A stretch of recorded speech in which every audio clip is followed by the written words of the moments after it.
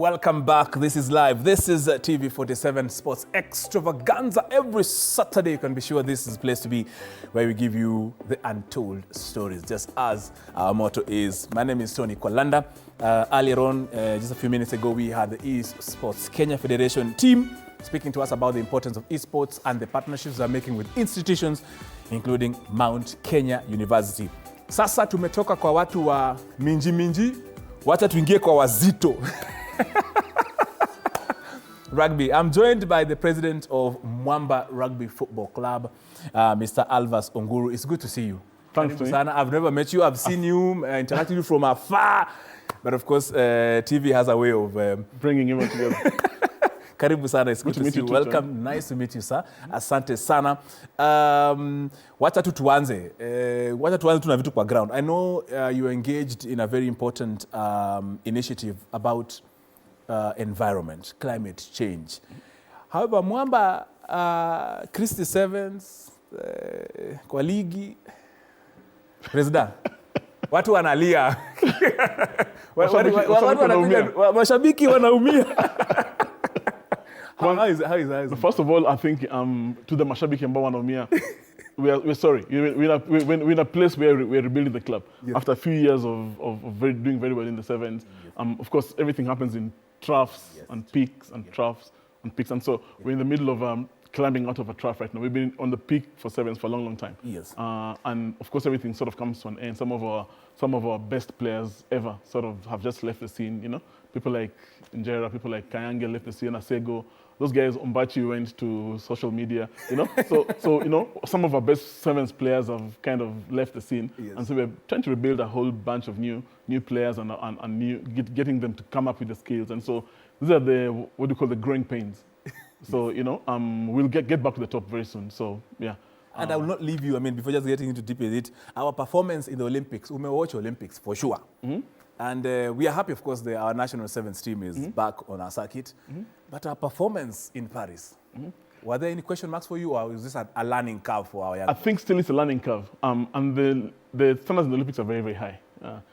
We are used to beating South Africa here. We beat South Africans in Zim. Yes. We beat some guys in the repechage, not in the repechage, in the Challenger Series. And those were not intense guys. The guys in the Olympics were extremely intense guys, the Fijians, you know, and the Argentinians and the French who eventually won the thing. Those are countries where a lot of resources are put into the sport. Yes. We've done very, very well over the years, but I think we need to up our resourcing of the sport at the national level, at the sevens and even at the 15s. And so my view is that the Olympics was a test of resources. Yes. Who are the guys who got the most money? You know, look at the pros who are playing for the French team. Look at the guys who are playing for Fiji, all pros who play in Europe. And so it was a learning curve as well for the sevens team. Bling was doing very well with the guys at the level we have been playing earlier, you know, against African Championships, playing the Challenger Series against Germany and those upcoming guys. And so it was an easy ride for us to get there. And now when we've gotten there, now tunacheza na wazito. True. And those wazito have extremely well-resourced. So I'm not disappointed. I think it's a learning curve. It's going to do us very well as we go into the series, into the World Series this coming season. Indeed. Yeah. True. Now let's just get into it. You have a very interesting initiative. And of course, Just Dig It. Mm-hmm. Nono mevale boyao ya yes. Just Dig It. Mm-hmm. What is Just Dig It? So Just Dig It. And what is the relationship in sports and all that? Yes. So Just Dig It is an organization it's an NGO, number one, yes, that is both Dutch and African. So we began in the Netherlands, but now we're very much an African organization as well. Yes. What we do at Just Dig It is restorable landscape. So we've got places where land is degraded as a result of maybe overgrazing by, you know, pastoralists, sure, or land just degraded by things like mining or just ecological damage, soil erosion, and so on and so forth. So what we do is bring back those landscapes that have been degraded into restorable green. We call it regreening. And the aim is, regreening is not an end in itself. Regreening is an end. The end to regreening is getting landscapes restored so that we can cool down the earth, basically. Yes. We all know what's happening. The temperatures are rising, and the aim is to reduce global warming by about 2 degrees by the end of this decade. And so what we do is try and mitigate climate change by regreening landscapes and making them green again. And hopefully that is going to bring down the temperatures of the world, of the globe really, of the earth. And so what we're doing is going to places where land has been degraded and restore them, not planting trees as such. It could include planting trees, but not always that. Yeah, everybody says things about planting trees. What has been discovered by science and by science and so on is that planting trees, the survival rates are very low. Yeah, when you plant trees. So a lot of tree planting efforts are great. It's a wonderful initiative, but the survival rate is very, very low.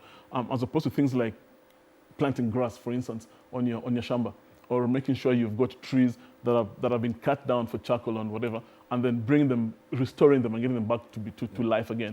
We do things like digging some, what we call bands, basically some semicircular, sort of small hills in your shamba, and these small tiny hills, maybe the size of this carpet here, they trap water. When the water is trapped there, then over a couple of months, vegetation begins growing inside those bands. And if you have enough of them, then what happens is your landscape becomes green again. And hopefully then that's going to play a big role in cooling down the planet. So that's what we do. Now, why we do this with sports is we use several things to communicate what you're doing. And remember, even your rugby players are degrading this. No. Yes. This pitch has been degraded for a long time. It's not our fault. What efforts are you doing? You know your neighbors to the Queen's area. Muko Mwamba pale juu. I will come and check how you are regreening that landscape. I'll tell you what you're doing with Bamba in a minute.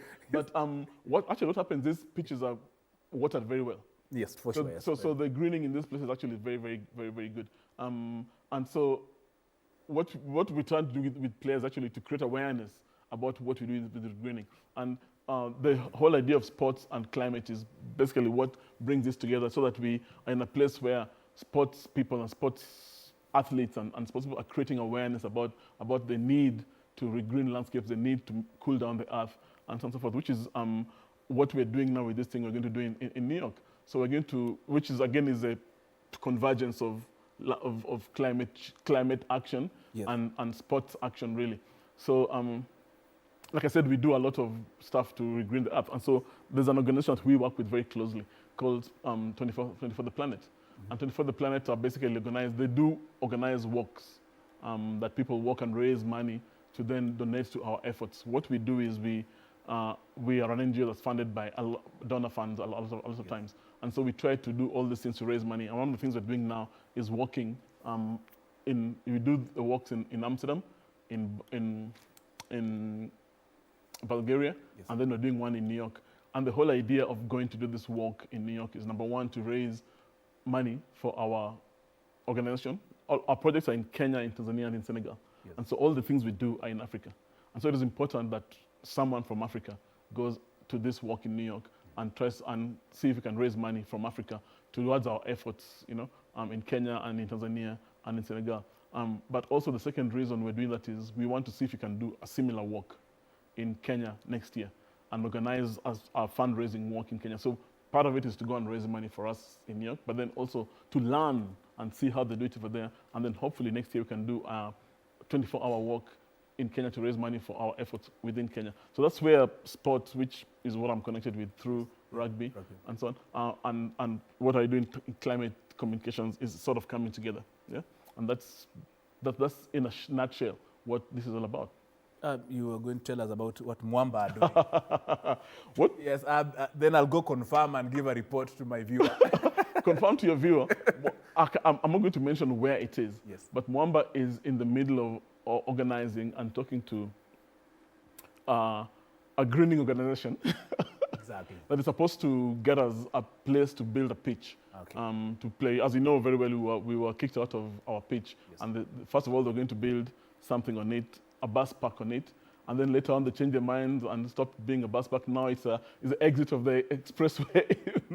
So we have nowhere to play. But we've been talking to an organization who shall remain nameless until it's confirmed in writing, and hopefully in a couple of weeks. But we're being allocated a place that we are going to be playing. But part of the conditions of that place is that we've got to be able to green it. Yes. To make sure we have a conservation agenda as we play there. Plant trees, make sure the whole place is environmentally safe and environmentally sustainable. Yes.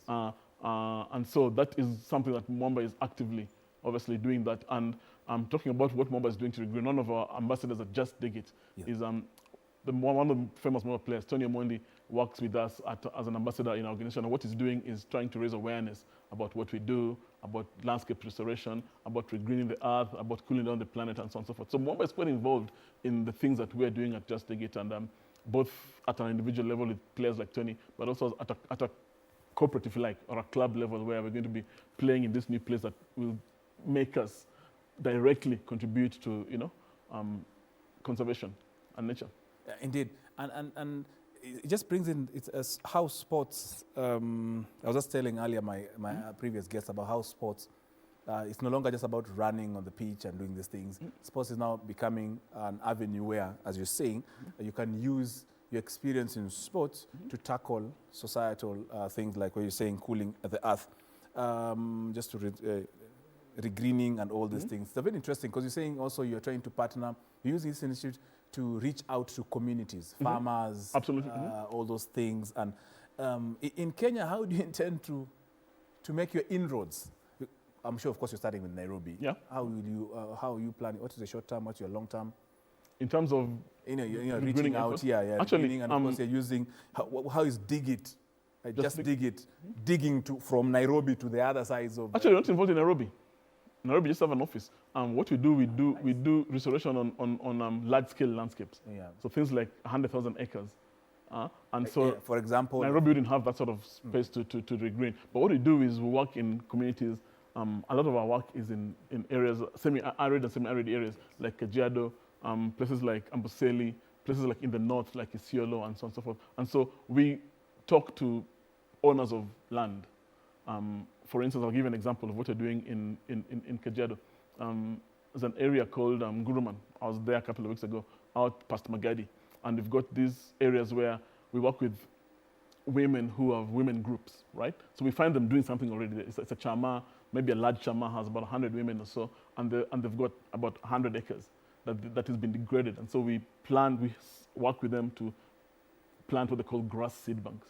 And the seed banks, number one, they're green, so it's obvious it's grass. But number two, they're producing seeds for grass. And of course, in a place like Kajiado, they're pastoralists, so they need grass to feed cows or for cows to eat or whatever. And so these women groups then plant grass that produces seeds. And these seeds are then sold to other groups that need seeds. And so it's a livelihood for these women groups. They make money from these chamas, from these great grass seed banks, like we call them. Yes. But then they make money, but they're also kind of regreening their own landscapes. So it's a model that has actually worked very well. That's one of the things we're doing. We've just got a new project that's going to start in Migori and Narok counties as well. And again, that's going to be the same thing. This particular one, we're going to be planting trees as well, but we want to restore X thousands of acres so that the owners of these communities, the owners of the land, which is the community most of the time, are benefiting from the benefits of regreening and cooling down the planet for themselves. And those are the things that we now need to. These things need money. Set up the grass seed banks, to set up tree planting activities in Narok and Migori, doing stuff in Isiolo in the north needs quite a bit of cash. So part of what this work is going to do is raise money for this sort of activities as well. So it's very community driven. Sorry. Yes. Go on. Yeah, just go on it. I was just contributing to that conversation, saying as these walks that you're going to organize or the walks that you're going to take part, you mentioned in New York, you've had one in Amsterdam and all, Bulgaria you mentioned? Budapest, that's yes. Hungary. In Kenya, also intending to have one in the near future.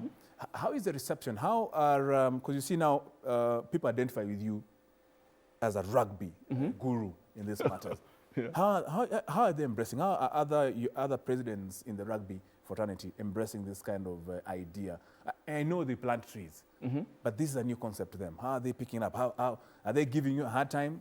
No. Umbachi, Kina Hayange. No, those are all Mwamba guys. So obviously everything that we do at Mwamba is a part of the whole, what you call our family. It's part of the whole our family are going to be. But what we do is that there's a lot of support actually from people that care about restoration, people that care about climate change. And the good thing about rugby is that rugby people are very conscientious. So and if someone is doing something that is useful to community, society, rugby people always back that up. So we're grateful for the support that the rugby community is going to give us. We're going to launch that fundraising thing over the next couple of days because the work is in New York in about a month's time. And so we've got a link that you may or may not have, but it's a link to a site where I'm the only African going to work in New York. So I'm asking everyone in Africa, in Kenya, in Nairobi, watching this to sort of hit the link if you've got it or put it up at some point on it. So that's where the contributions are. So this money is not given to us directly. The money is given to 24 The Planet. And so the site is on 24 The Planet site. And then you click there and donate money to that site. And then the money comes to us eventually. So it's all very accountable, all very, And but to answer your question, yes, it's very supportive. People are very supportive of the efforts we're making to mitigate climate change and to take climate action. So, yeah. And climate change, I've just looked at the performance of our Kenyan athletes at the Paris Olympics. Yeah. And with the globe warming, we have a lot of impacts. I mean, people just think it's only the environment that gets affected. But there is a theory that is coming out, not proven yet, that the global warming or climate change is impacting on our athletes are participating or how they're performing in their individual sports. I'm sure that, of course, is something that you take into consideration. Absolutely. I know, for example, when your team is supposed to go to play in Mombasa, you need to go there and acclimatize. If you're going to play in the cold areas, for example, in the winter areas, they acclimatize. Now we have global warming. That is something, of course, that affects sports. And you're part of that initiative with Just Dig It to ensure that you cool the temperature. Yes, part of what we're trying to do is try and rush this up. Obviously, the climate is getting degraded every day. And as you can see, I don't know if people have got very many different views, but my views that these Olympics are actually a bit atrocious for us. We didn't do as well as we thought, we lost many medals we thought we'd be winning. Yes. And I agree with you 100%. Part of what we are trying to mitigate is the effect of climate change on sports. Sports people train under all kinds of conditions. Yes. There's a report I was saying that the Athletic Association, and KAAA, now they're called Athletics Kenya, have partnered with someone to measure the effects of the quality of air that our athletes are breathing, And I'll not be surprised if that might be one of the things that is affecting this, We're talking about specialized training environments where athletes train and play. It's obviously very not ideal for performance, and so a lot of that stuff goes into what athletes take in, athletes breathe in, our performances, our sports people need to practice, to train in optimal conditions. Yes. And I'm also sure that's happening at the moment. We train mostly in Nairobi and this kind of place, and that's why you find these runners who train up in Iten and in Kapsabet are doing very well because the climate in Kapsabet in Iten is extreme. It's as close to purity as you can.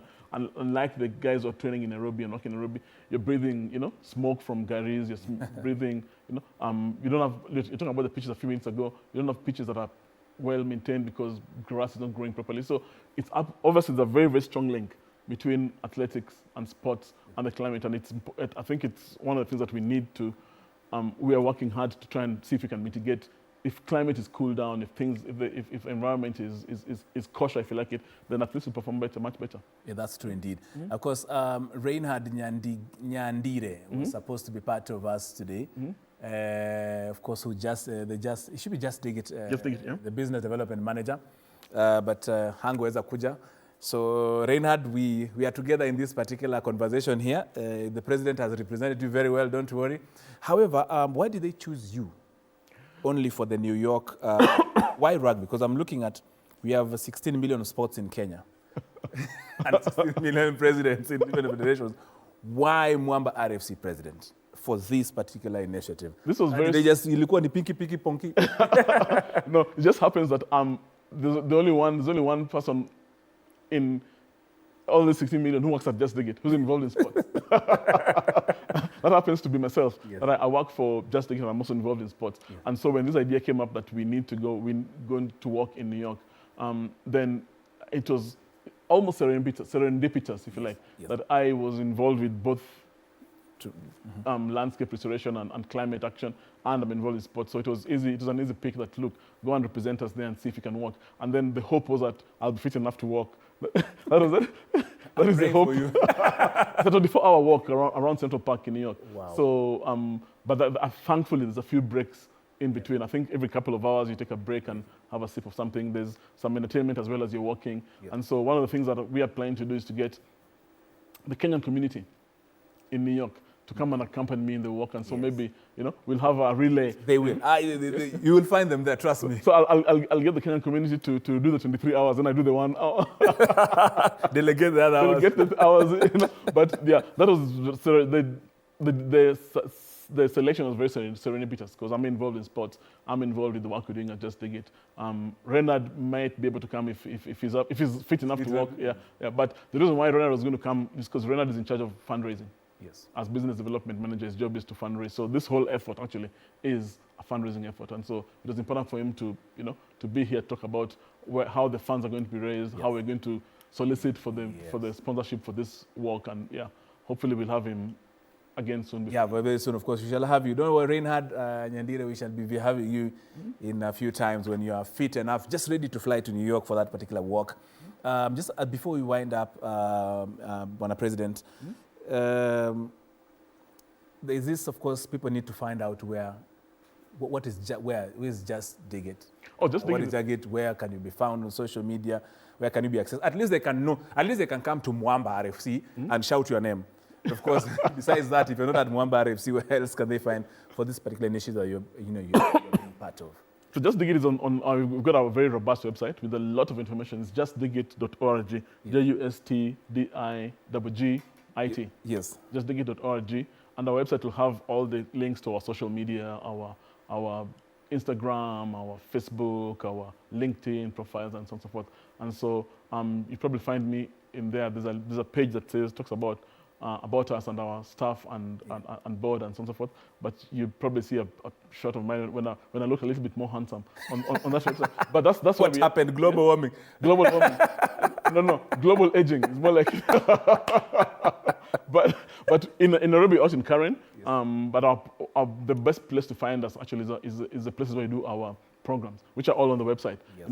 In places like Kajiado, places like Narok, places like Isiolo up north, places like Amboseli, where we actually do the projects that we do and the communities that we work with in those projects. And that's a wonderful way to see us and what we do and how we do it. And then, of course, there's our social media pages as well. Yes. Yeah. Indeed. President Alvas Onguru. Did I say it correctly? Yes. Onguru. Yep. I thought there was an apostrophe. No, there's Onguru. Onguru. It's not Onguru. It's Onguru. Alvas Onguru is the president of Mwamba Rugby Football Club, or Mwamba RFC, and also a big shot at Just Dig It. I was just opening Just Dig It over here, JUSTDIGGIT.org. They are cooling down the planet. Mm-hmm. And of course, very soon I'll be able to do a story about the impact of climate change on athletes. We are ignoring it. However, it's a contributing factor on how our athletes perform. So you can check their website, be part of it, be involved in it. They are raising funds to ensure that they cool the environment for you so that you'll not be part of the effects of global warming. Indeed, thank you very much, Mr. President. Thank you really for making time. But just before the President goes, my director, Emmanuel Nonda, we have a question of the day which I want the President to answer. We have a question of the day we are asking, of course, our viewer. It will be coming on. I hope it's not a tough one. No, it's a very easy one. It's a visual one. Okay. And everybody will question, who is this Team Kenya athlete and which medal did he win? It's a very tricky question, but it's easy. It's answerable because it can be printed and it can be seen. Okay. Now, yes. I know this is not this Olympics. This is not the kid who had this Olympics. These are previous Olympics. Okay. Yeah. Is that Daniel Komen? The president says, huyu ni Daniel Komen. Wacha niandike, naweza sahau. Do I have more than one? No, you have two. You have two multiple choices. Daniel Komen, and the other one will be? This is a long distance runner. It's not a long distance. No, because of the spandex he's wearing. Long distance guys don't wear the long ones. They wear the short ones. And a car 800, and a car 1500, and a car 5,000. But then those Nikes he's wearing are very new ones. So those came out only about 3 or 4 years ago. So those Nike shoes. So this is and it's on the track. Yes, on the track. Yeah, this is on the track. No. So it's in the stadium. Mbona nakupatia clues, President? So no, nakupatia clues mimi mwenyewe. So that is yes. Oh shucks! If I could only see his face out. Yeah, you know your last one, Daniel comment, and then your last one. Give it a guess. Ezekiel Kemboi? No. No, this was after Ezekiel's time. Ezekiel Kemboi, I know. This was after Ezekiel's time. Yeah. Is this what do you call this printer who almost made it to the Olympics but then didn't make it? Ezekiel Okoth. Nani Marco Tieno. Marco Tieno. Is that Marco Tieno? Marco Tieno has more explosive thighs. Marco Tieno has more bigger thighs like your mom players. That's not Wanyonyi. The 800 meters guy, 800 meters running. Wanyonyi. It looks like a... Okay, I've given it. Who is it? You can't tell me. This one answer it at the end of the show. Our show has at 6 at 7 p.m. We shall give our answer later on. But President has given us Daniel Komen, Marco Tieno, and Emmanuel Wanyonyi. All right, we shall, Mr. President, I know you'll be watching this later on. I'll be watching it definitely. We shall give you the answer later on. But of course, Mwamba RFC President, thank you very much, Alva Guru, for really making time to this show. We know you have a busy schedule, but asante sana, and of course for sharing this Just Dig It, Cooling Down the Planet initiative. And all the best in running. Thanks, Tony. And of course, send our regards to Reinhard Nyandire. Will do. Asante sana. Of course, remember this is Sports Extravaganza. My name is Tony Kolan. We are taking a short break. After this break, I have a celebrity from Romania. This celebrity has specifically requested to come and meet you on Sports Extravaganza. That you won't find it anywhere else, only here